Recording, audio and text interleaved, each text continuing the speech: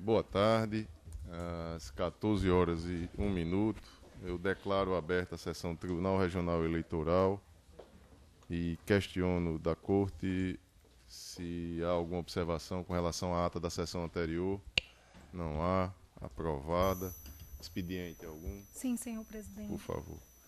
São 4 processos, passo a apregoá-los nos termos da legislação eleitoral vigente. O primeiro deles é a prestação de contas número 0601-347, dígito 28, procedência Natal, Rio Grande do Norte, relatoria do juiz Francisco Glauber Pessoa Alves, requerente Bernardo César Carlos Belarmino de Amorim, advogado Andreu Zameoff de Macedo Alves e outro. Segundo processo é a prestação de contas número 0601-208, dígito 76, procedência Natal, Rio Grande do Norte, relatoria do juiz André Luiz de Medeiros Pereira, requerente Ezequiel Galvão Ferreira de Souza, advogado Hugo Elinski Holanda e outro.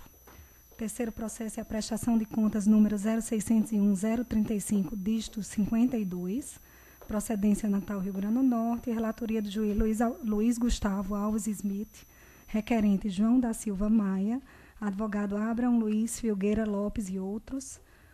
Por fim, o recurso na representação número 0601-394, dígito 02, procedência Natal, Rio Grande do Norte, relator juiz auxiliar Miro José da Rocha Lemos, recorrente Natália Bastos Bonavides, advogado Magnus Henri da Silva Marques, recorrentes Carlos Eduardo Nunes Alves e coligação 100% RN, advogado Rodrigo Fonseca Alves de Andrade e outro.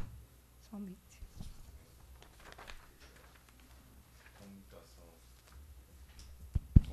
Indicações e propostas. Eu dou as boas-vindas aqui ao desembargador Amaury Moura. Obrigado, desembargador, pela presença. A composição para mim aqui neta, já fizemos o registro ontem da presença aqui do Dr. Geraldo Mota, mais uma vez. Também seja bem-vindo, Dr. Geraldo. E eu tenho aqui uma proposição para fazer à Corte, que me parece que no dia de ontem foi eleita a nova composição da direção lá do Tribunal de Contas do Estado. Então, um voto de congratulações ao novo presidente, ao novo corregedor e ao diretor da escola. Então, todos de acordo? Aprovo, excelência. De acordo. E eu não tenho nenhuma outra proposição. Desembargador Amaury Moura. Excelência, agradecer os votos boas-vindas, dizer mais uma vez da minha honra e satisfação de estar aqui nesta corte. Obrigado, desembargador Moura. E me passando despercebido aqui, eu sem anotar, utilizando a memória, está me faltando em alguns momentos já. Também propor um voto de congratulações.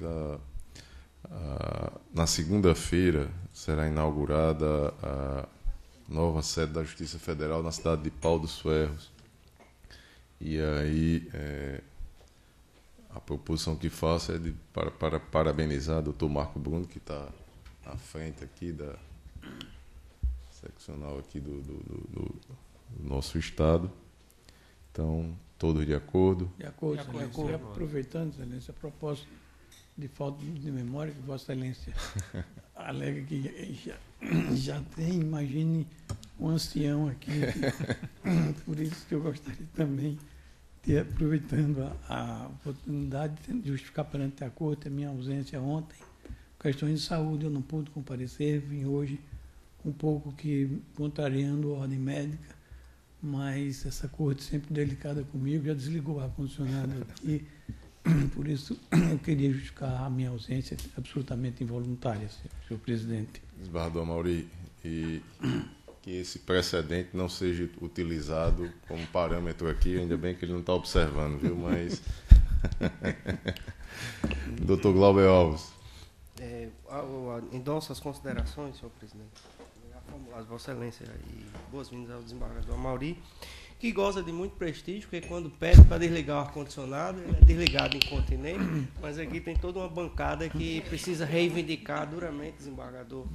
Então, quando a gente tiver com frio aqui, eu e o doutor Zé Dantas e a turma aqui de trás, a gente pede primeiro para Vossa Excelência sentar aqui e depois sentar ali. Estou brincando. E imaginando que não estava percebendo a deferência, viu? Tudo ouço, tudo vejo. Doutor André Pereira. Só para acompanhar. Decano juvenil, ele fica todo satisfeito quando o desembargador Amaury está aqui. É. Só acompanhar a proposta já apresentada e também melhoras ao desembargador que está aqui até com sacrifício de compor a corte. Doutor Geraldo Mota. Também congratular o desembargador Amaury pelo retorno, né, pelo bom restabelecimento do estado de saúde dele e agradecer. Obrigado, Excelência. Doutor Luiz Gustavo Alves Smith. Senhor presidente, acompanho as proposições que foram feitas por Vossa Excelência, especialmente parabenizando, como Vossa Excelência o fez, né, as congratulações aos novos dirigentes do TCE, que serão o conselheiro Poti Júnior como presidente e o atual presidente, Gilberto Jado, será o corregedor e o ouvidor, salvo engano, será vice-presidente, a conselheira Adélia Salles, não é isso? Adélia. E o ouvidor... Eu acho que é o conselheiro Thompson. Conselheiro Thompson Fernandes, exatamente. Então, pessoas de alta envergadura. E o diretor da escola, acho que é o conselheiro Tarcísio. Tarcísio Costa, com certeza. E também dar as boas-vindas ao desembargador Amaury e ressaltar o esforço de Sua Excelência de estar aqui, quase sem voz, mas abrilhantando o nosso julgamento, e fazer o registro aqui de que a moção de congratulações que Vossa Excelência fez em relação à sede da Justiça Federal em Pau dos Ferros mostra o esforço do Dr. Marco Bruno e a boa gestão de todos que compõem aquela Justiça Federal da nossa região, né, da seção do Rio Grande do Norte, e registrar aqui apenas o protesto do meu colega aqui, doutor André, que disse que não tem um em Parelhas ainda. Ainda. Lá em Pau dos Ferros, a Justiça Federal conseguiu o terreno, conseguiu recurso financeiro, mas a agilidade... Eu não sei qual foi. Aí se utilizou da estrutura da vara de trabalho lá. A Justiça de Trabalho estava que aí a condição de manter a vara, e então a gente incorporou isso. Exatamente. Eu não entendi o porquê essa associação. Tem em Pau dos Ferros e não tem em Parelhas. Foi a associação que o meu colega aqui de bancada fez. Não entendi porquê, mas... Doutor Vladimir Capichano. Senhor presidente, além de associar as homenagens já prestadas, fazer o registro que essa sessão de hoje é a última sessão desta convocação do desembargador Amaury e também do doutor Geraldo, sendo que o desembargador Amaury, a partir de janeiro, não vai mais compor essa corte na condição de substituto, porque assumirá a Corregedoria de Justiça do Estado. Vladimir, Vossa Excelência está se antecipando, ainda há tempo ainda, viu? Temos sessão mas até pelo o dia 19. Pelo menos a priori não tem viagem de Vossa Excelência e do desembargador Cornélio. Então seria, para inclusive nossa tristeza, eu já disse isso várias vezes aqui na sessão e disse pessoalmente, a última sessão que teríamos a presença, compondo a corte neste biênio, do desembargador Amaury Moura. E registrado dizendo isso, da satisfação que foi conviver com o desembargador Amaury aqui nesses 4 meses que ele foi convocado a substituir, ora Vossa Excelência, ora o desembargador Cornélio.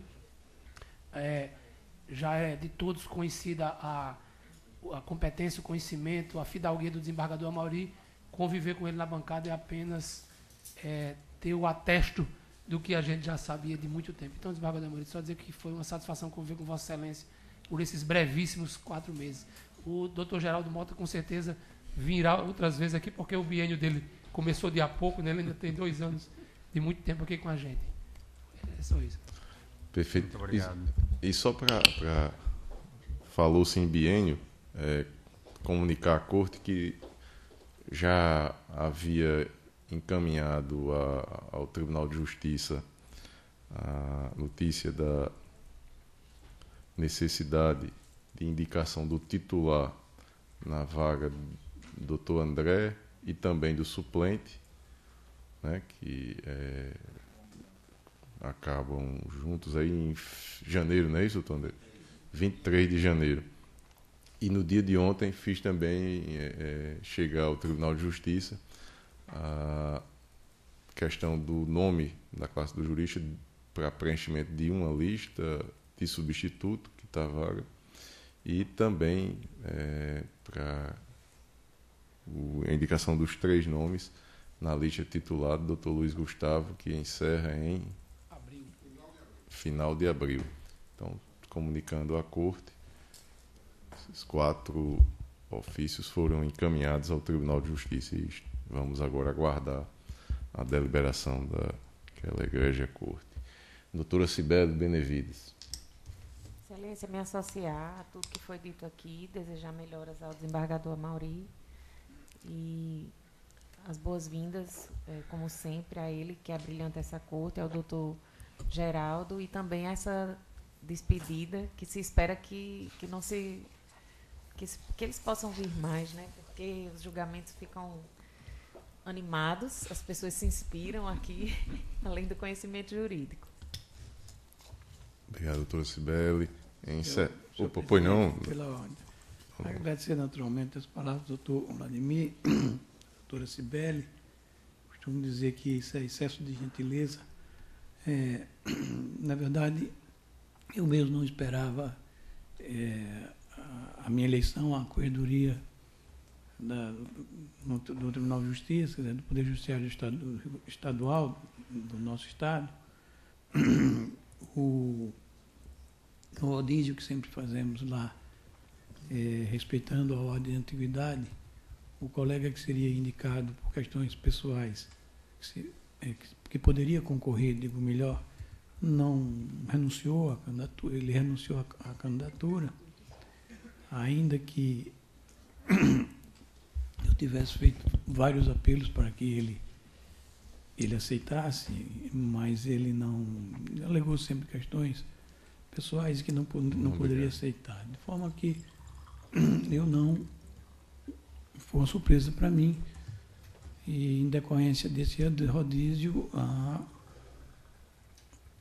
eu terminei sendo eleito pela Corte, o que não deixa de ser uma deferência, até mesmo porque eu já ocupei outros cargos de direção naquela Corte, fui presidente do tribunal, fui vice-presidente, diretor da escola, não havia sido ainda corregedor.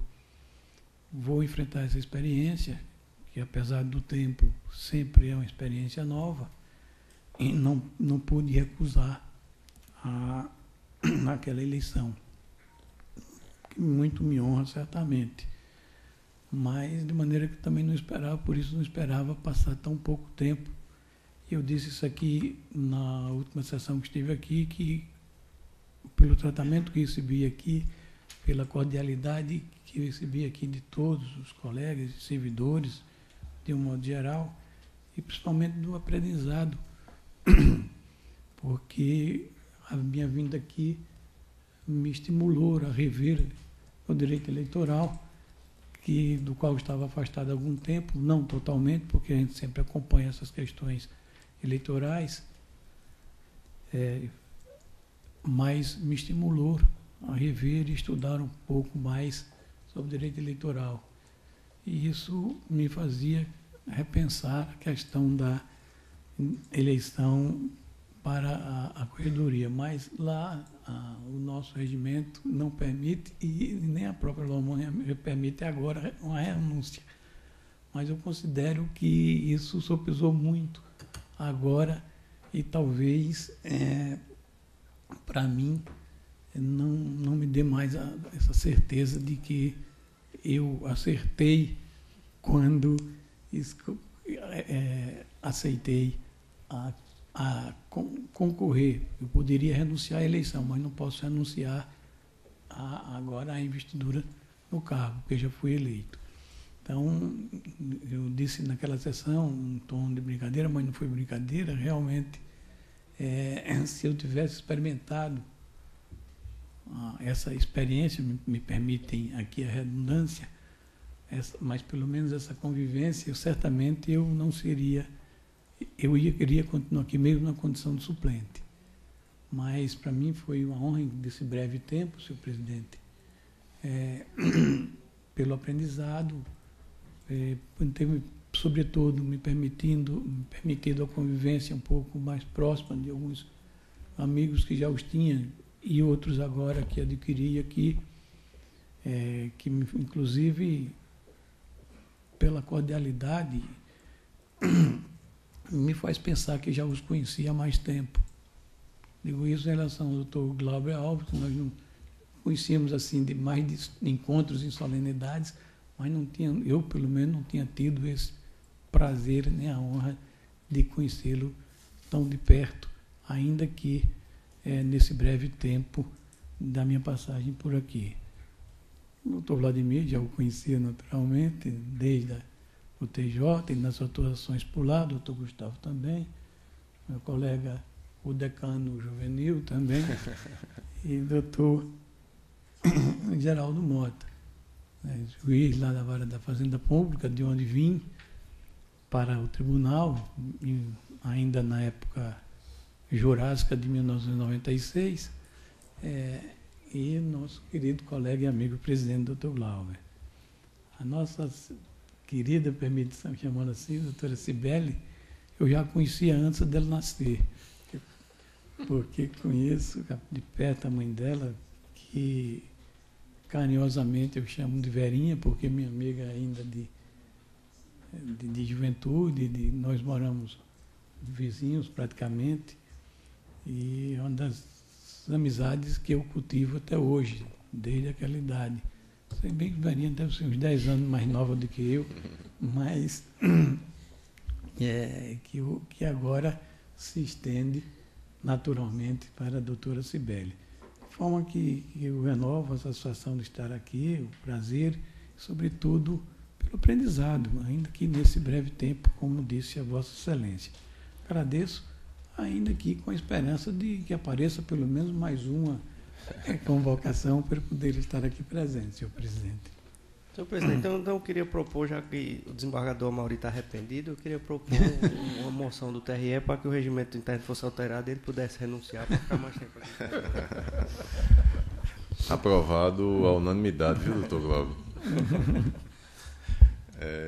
Encerrada essa etapa, iniciamos os julgamentos e o primeiro deles, embora tenhamos aqui um pedido de preferência com sustentação oral, mas o doutor Almir está aqui já.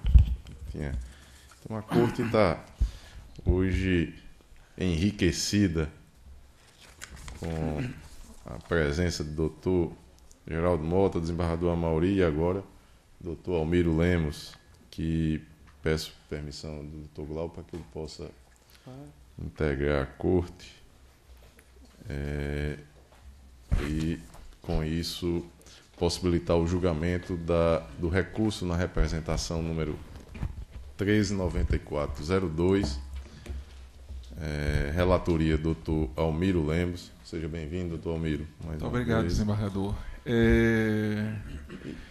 Senhor presidente, na verdade, processo hoje é o que não nos falta para julgar, seja considerando os daqui do TRE, que não são em número tão pequeno assim, sobretudo quando conjugados daqui com os da turma. O que aconteceu nesse processo é que há uma decisão minha, a microfonia, há uma decisão minha, foram 3 processos nos quais a matéria de fundo é a mesma. E eu mesmo determinei que esses processos fossem conexos. Só que no instante de pedir para a assessoria pautar, eu pautei um deles para hoje e um para amanhã, por um lapso que é totalmente meu. Então, o que disso resulta, penso eu, é que este processo hoje eu vou retirar de mesa para julgar amanhã, em conjunto com o que está programado para julgamento amanhã, porque eu penso que isso é mais razoável do que antecipar o de amanhã para hoje, já que a pauta já foi lida e tomaria mais de surpresa, vamos dizer assim, a parte cujo processo seria julgado amanhã.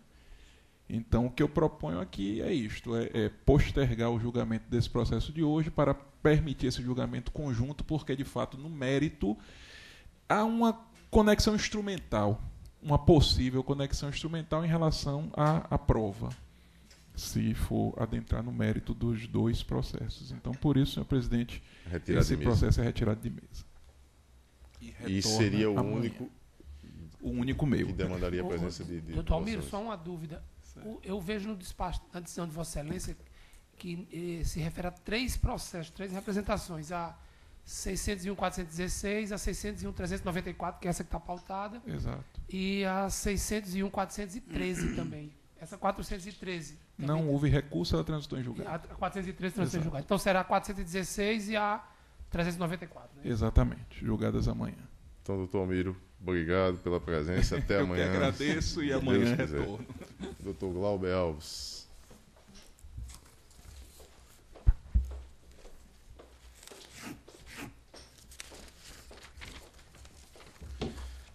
Então, vamos aqui à ordem cronológica. O primeiro processo é os 1347, dígito 28. Relator, doutor Francisco Glauber Pessoa Alves. Requerente, Bernardo César Belarmino de Amorim. Prestação de contas, candidatura de deputado estadual. O advogado, doutor Andreu Macedo. Está em mesa? Sim, senhor presidente.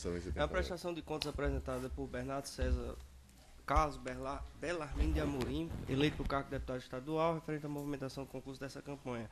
A Caixa emitiu o relatório preliminar de diligência, por meio do qual sugeriu a intimação do prestador para manifestar-se acerca das falhas consignadas. Devidamente intimado, ele apresentou justificativos e juntou documentos aos autos. Em parecer conclusivo, a Caixa manifestou-se pela aprovação com ressalvas, destacando que as impropriedades remanescentes não afetam a regularidade das contas partidárias. Com vista dos autos, a PRE, em harmonia com a análise técnica, optou pela aprovação das contas com ressalva. É o breve relatório, senhor presidente. Em discussão, aprovado o relatório, como vota Vossa Excelência?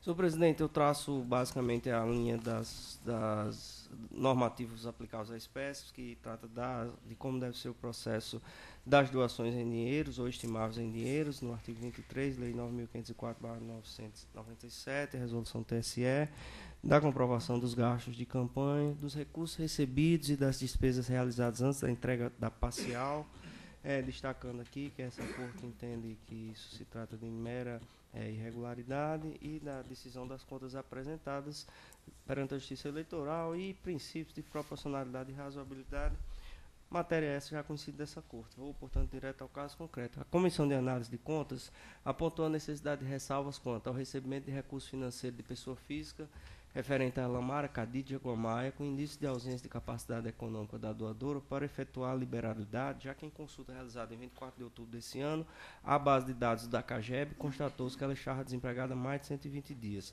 A realização de despesas no valor de R$ 1.200 contratada junto a fornecedor pessoa jurídica, a Amorim Lucena Confecções Limitada, cuja sócia possui relação de parentesco, é irmã, com o prestador de contas, o que poderia caracterizar em tese desvio de finalidade.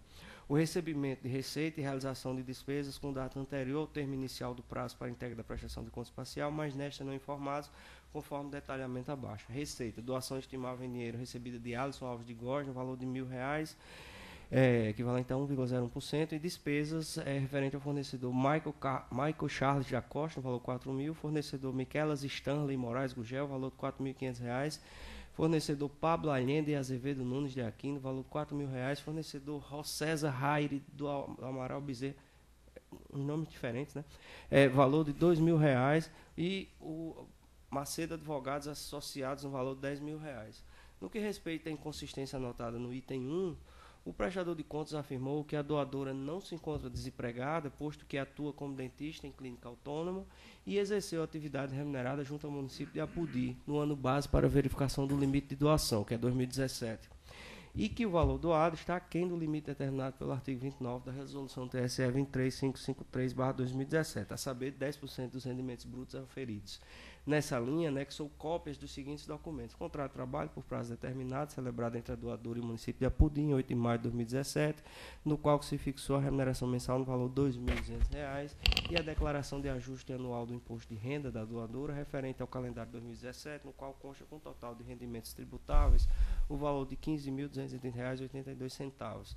A documentação apresentada comprova tanto o exercício de atividade remunerada pela doadora no exercício 2017, quanto o auferimento de renda naquele ano, compatível com a doação efetuada em 2018 no valor de R$ 1.000, considerado já o limite de 10% dos rendimentos brutos angariados no ano calendário anterior, nos termos do artigo 23, parágrafo 1º da Lei 9.504/97 e pertinente preceito da Resolução 23553 de 2017.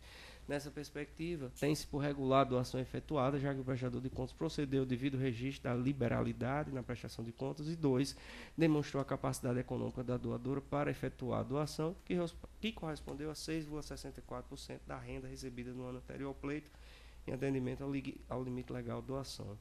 Acerca do suposto vício encontrado no item 2, o prestador de contas asseverou em defesa que a legislação eleitoral não traz qualquer vedação quanto à contratação de despesas junto a empresas cujos sócios possuem um grau de parentesco com os candidatos, inexistindo, portanto, irregularidades nas contas. De fato, não há mácula no registro contábil da despesa, posto ter havido o devido registro dos gastos na prestação de contas da campanha, com a juntada dos elementos probatórios correspondentes, nos termos do artigo 63 da Resolução TSE pertinente, a saber, o contrato de prestação de serviço e a nota fiscal eletrônica de serviço, bem como o comprovante de quitação.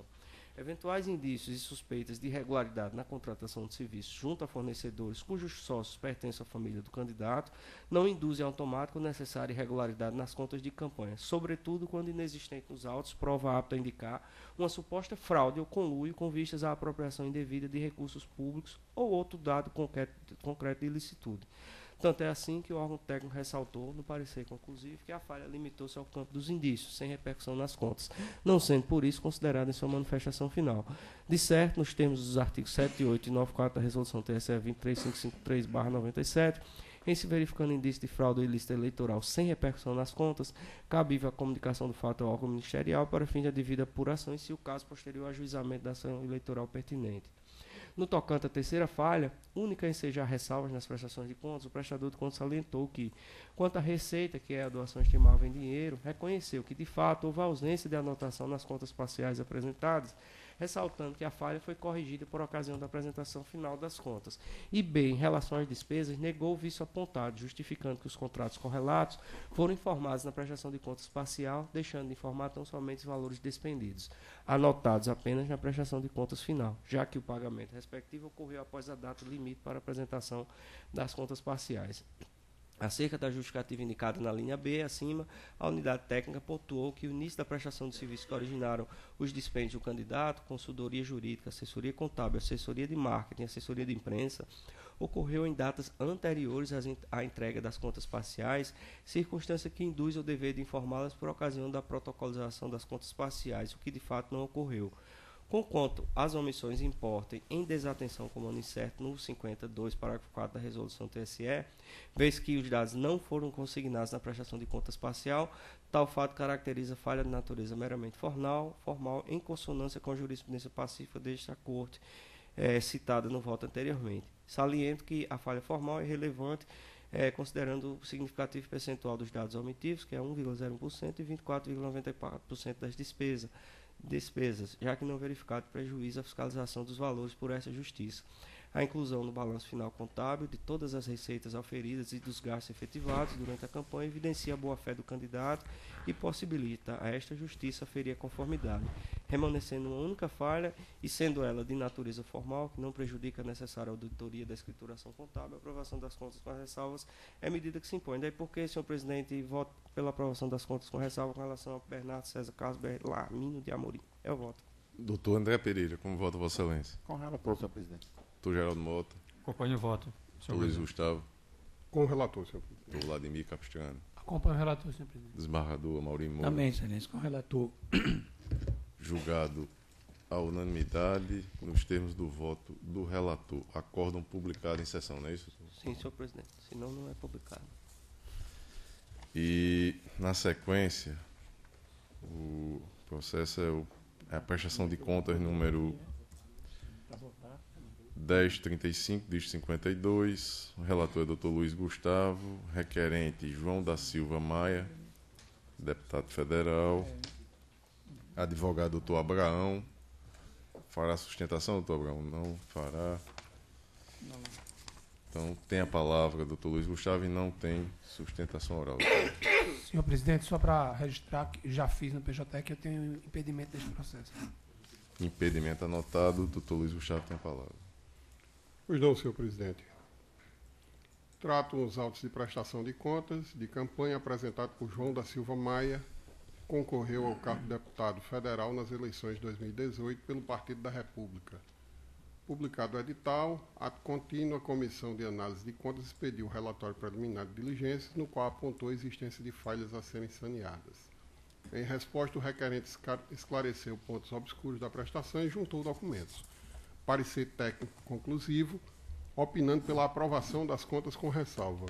Parecer do Ministério Público Eleitoral no mesmo sentido e é o que importa relatar, senhor presidente. Em discussão, aprovado o relatório, como vota Vossa Excelência.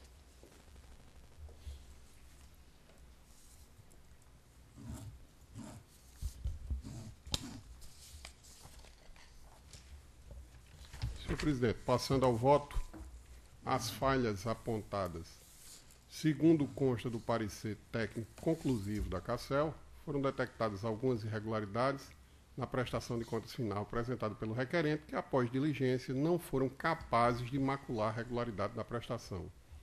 As falhas remanescentes à diligência foram: 1. Entrega intempestiva dos relatórios financeiros de campanha, não observado o disposto no artigo 50, inciso 1 da resolução de regência. 2. Gasto eleitoral realizado em data anterior à data inicial de entrega de prestação de contas parcial, mas não informado à época, bem como divergência entre valores de despesas constantes na prestação parcial e final. 3. Sobra de crédito não utilizada no valor de 39 centavos.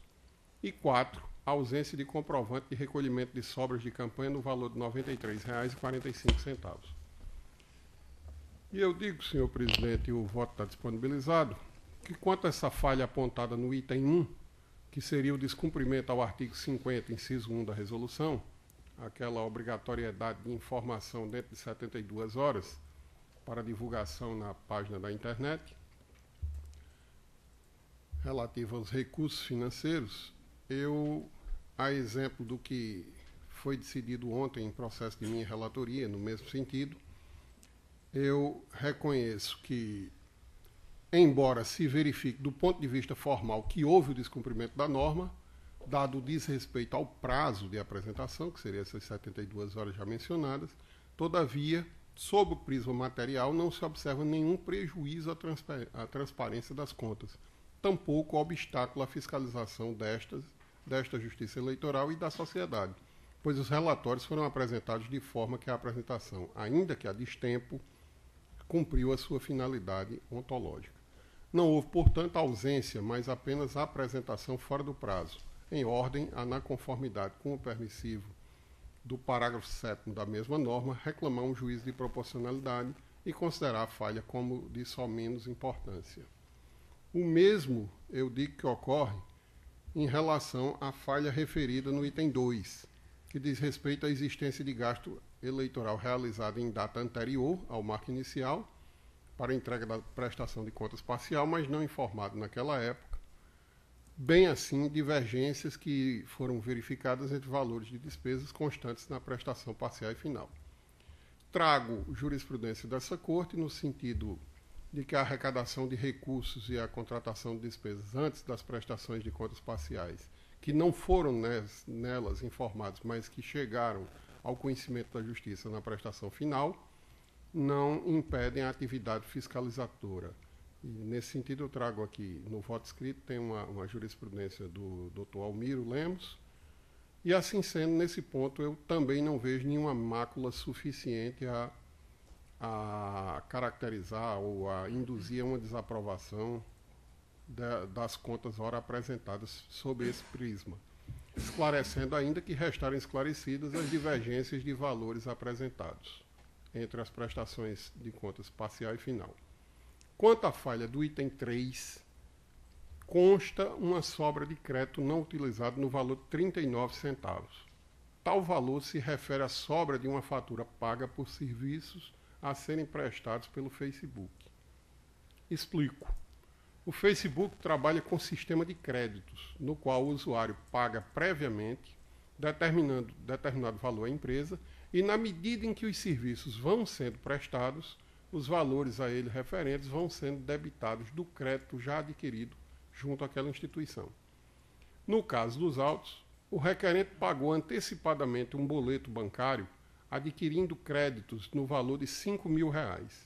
No entanto, somente utilizou R$ 4.999,61, restando 39 centavos de sobra não utilizada, conforme comprovado nos autos.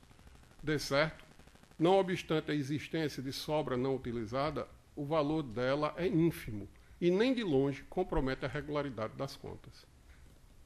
Finalmente, no tocante ao item 4, o requerente, de início, não juntou o comprovante de recolhimento das sobras financeiras de campanha, no valor de R$ 93,45, sobras essas relativas a outros recursos. Diligenciado, trouxe aos autos documento que comprovam a transferência nesse exato valor, realizada no dia 5 de 11 de 2018, sem, no entanto, fazer expressa referência ao Diretório Estadual do Partido da República como destinatário da operação financeira. Com efeito, como bem apontado pelo órgão técnico, a leitura dos extratos bancários revela a expressão comissão e um número que consta do voto, o número de identificação que consta do voto escrito, em menção a uma transferência enviada naquele dia 5 de 11, no exato valor de R$ 93,45, o que induz concluir se tratar do recolhimento das sobras financeiras à Comissão Provisória da Agremiação, zerando a conta bancária. Ainda que não se acolha este argumento, deve ser considerada a irrisoriedade do valor da falha, R$ 93,45, quando em cotejo com o total de recursos arrecadados, no valor de R$ 2.460.000, o que induz essa falha a corresponder a apenas 0,0038% do total arrecadado. De todo o exposto, concluo que nenhuma das falhas apontadas na prestação de contas ora analisada ostenta maior gravidade, não restando comprometida a sua regularidade e nem a transparência, ao que entendo que a solução jurídica adequada seria a aprovação com ressalvas a teor do artigo 77, 2 da Resolução 23.553. E assim, adotando como fundamento as razões postas no parecer da Comissão de Análise de Contas e em consonância com a Procuradoria Regional, voto pela aprovação das contas com ressalvas, contas de João da Silva Maia, eleito para o cargo de deputado federal nas eleições de 2018 pelo Partido da República. E é como eu voto, senhor presidente. Estou Vladimir Capistrano, como vota Vossa Excelência? É impedido. Opa, desculpe. Desembargador Amaury Moura. Acompanhe, senhor presidente. Doutor Glauber Alves. Acompanhe. Doutor André Pereira. Com o relator, senhor presidente. Doutor Geraldo Mota. Acompanho o voto, senhor presidente. Possa ser julgado a unanimidade no cheiro do voto do relator, acórdão publicado em sessão, não é isso? Obrigado, doutor Luiz Gustavo. E agora, terceiro e último, prestação de contas número 12. Pois não. Eu gostaria, perdoe, mas não influencia no resultado, mas eu gostaria apenas de trazer para reflexão uma questão sobre essa situação do Facebook, até para que os colegas possam pensar, e outras situações vão acontecer certamente. Neste caso, nós tivemos uma sobra de crédito de apenas 39 centavos, totalmente irrisório. Mas pode ser que existam outros casos onde a sobra seja diversa. E aí, como é, já que isso é uma matéria nova, é uma coisa nova, surgida apenas nessas eleições, como é que nós podemos dar um tratamento para isso? Deveria ser recolhido para o Tesouro, se for oriundo de fundo partidário? Deveria ser informada a AGU, sendo fruto de fundo partidário? Se não for, qual tratamento seria dado? O prestador de contas deveria ele mesmo ressarcir? Então, essa questão é que eu trago a reflexão, porque pode haver, aqui nós temos 39 centavos, mas pode haver uma circunstância onde nós tenhamos uma sobra maior. E imaginemos aqui que essa sobra maior seja oriunda de fundo partidário. Nós estamos falando de dinheiro público, verba pública, que vai estar subutilizada ou não utilizada, até porque a contratação me parece ser feita para a candidatura. Hoje nós não temos mais a candidatura. Então, o Facebook, por exemplo, ele pode até dizer, os créditos estão disponíveis, mas não podem ser usados. Não tem mais objeto para utilizá-los. Então, de toda forma, representaria uma espécie de um enriquecimento sem causa por parte do Facebook, por um mau dimensionamento da campanha. Não então, necessariamente, né? Porque o problema é que o Facebook estabelece combos. O candidato não poderia contratar R$100. Ele só poderia contratar múltiplos de R$500. Isso é um problema. Mas quando eu falo em falha no dimensionamento, doutor Vladimir, eu falo na hipótese de nós termos uma sobra, digamos assim, de R$3.000. Aí tudo bem, mas se esses créditos não podem ir sendo contratados e comprados ao longo do período de campanha? Podem. Então você pode comprar menos. É como a economia doméstica. Se a gente sabe que não vai usar tanto e que aquele produto tem um prazo de validade, ele perece, nós não vamos comprar em quantidade, vamos comprando aos poucos. É a mesma situação. Então eu trago essas questões à reflexão porque outros processos seguramente vão surgir. Isso é uma questão diferente, tal qual aqui ontem foi discutida aqui com relação à questão das vaquinhas virtuais, né? E eu trago, me perdoe até a colocação depois da proclamação do resultado, mas não influencia no resultado, eu trago apenas para até porque, neste caso, o valor foi tão irrisório que não foi nem detectado pela própria... Qual seria a origem? São 39 centavos. Só isso mesmo, senhor presidente. Agradeço e o intuito foi trazer para os colegas a Obrigado, reflexão. doutor Luiz Gustavo. E agora sim, o terceiro é prestação de contas número 1208, de 76.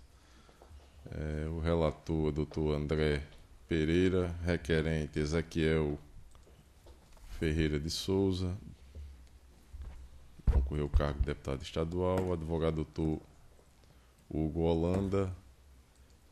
Não temos sustentação oral. Processo em mesa, doutor André? Sim, senhor presidente. Vossa Excelência tem a palavra.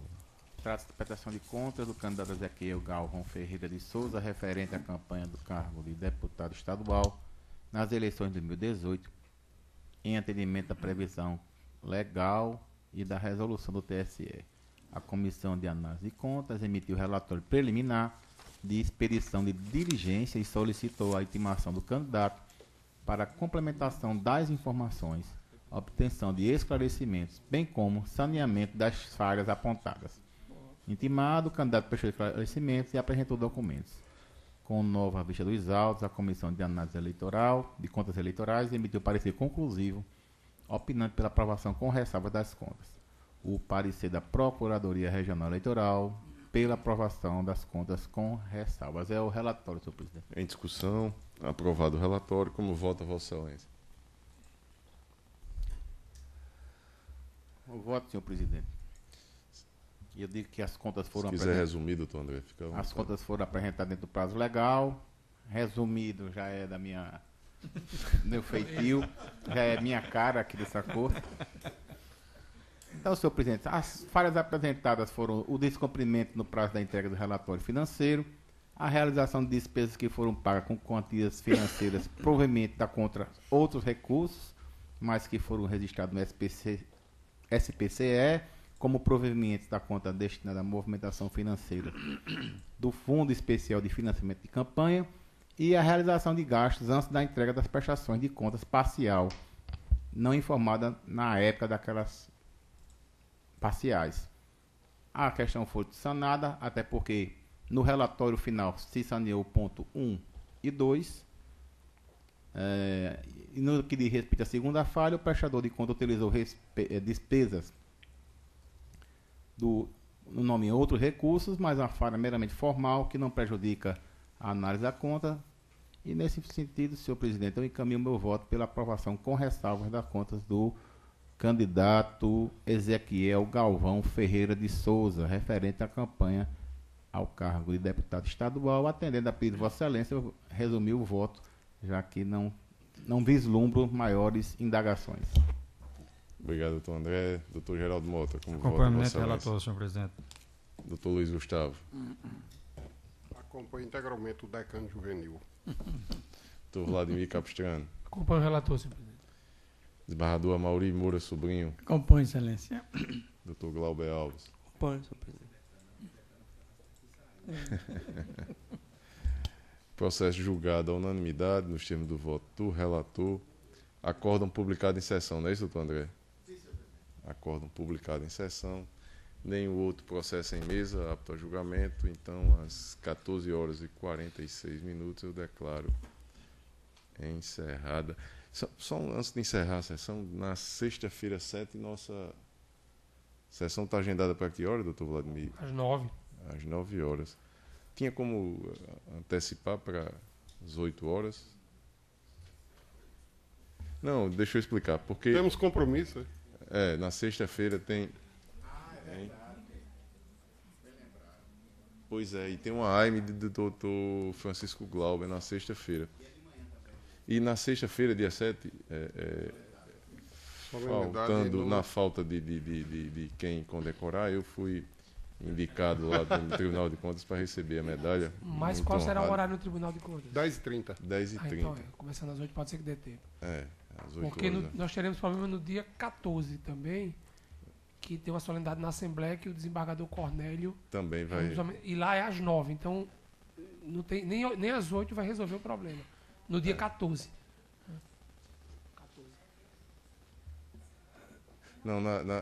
Não, porque dia 13 iremos eu e o desembargador João receber também lá uma condecoração na Assembleia. Aí dia 14 tem o desembargador Cornélio vai receber o título de cidadão norte-rio-grandense. Então, assim, já pensar o que vai fazer na sessão do dia 14. A gente já poderia também já antecipar o dia 14 para as 8 horas o início, e aí no decorrer da sessão ele pode... Mas vai ser muito próximo, senhor presidente, porque lá é marcado às 9. Se a gente começar às 8, ele praticamente vai levantar e sair.